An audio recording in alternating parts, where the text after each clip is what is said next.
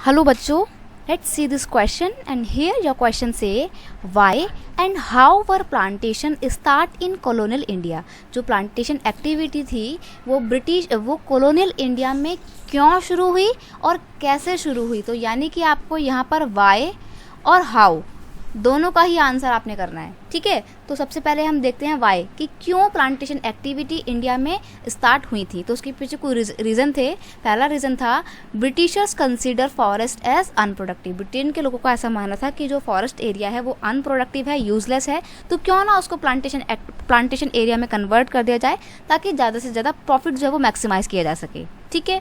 दूसरा है demand for T, coffee and rubber were increase in Europe. Europe में क्या हो रहा था, क्योंकि आपको पता है जब कॉलोनियल पीरियड इंडिया में स्टार्ट होता है तो उस टाइम पे यूरोप में इंडस्ट्रियलाइजेशन स्टार्ट हो जाता है। तो जब वहाँ पे ब्रिटेन में इंडस्ट्रियलाइजेशन स्टार्ट हो गया है तो वहाँ के लोगों की अब एग्रीकल्चर में कोई इंटरेस्ट नहीं था।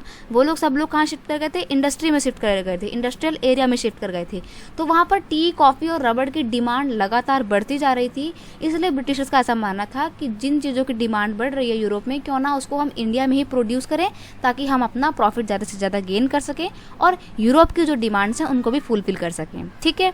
एक और पॉइंट है to control the misuse of forest by local people as in shifting cultivation. क्योंकि ब्रिटेन के लोगों का ऐसा मानना था कि जो इंडिया के ट्राइबल्स हैं, लोकल पीपल हैं, विलेजर्स हैं, वो फॉरेस्ट में आते हैं, फॉरेस्ट की चीज़ों को जो है एक्सट्रैक्ट करते हैं और फॉरेस्ट के सामान का मिसयूज़ करते हैं और शिफ्टिंग कल्टीवेशन करते हैं तो वो फॉरेस्ट में आग लगा देते हैं।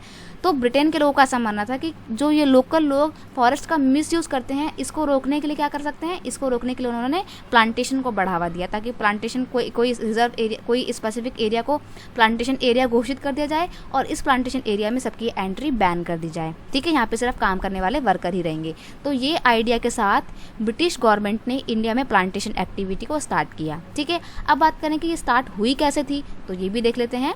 To start the plantation government give vast wood areas of forest to the contractors and European planters.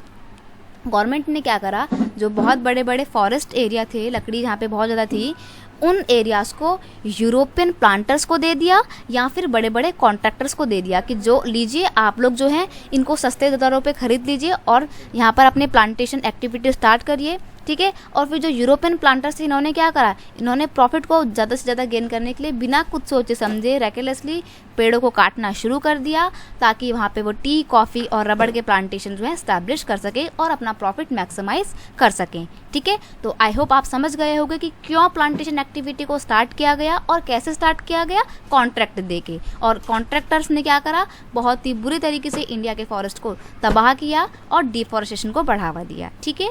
I hope you understand it well. Best of luck.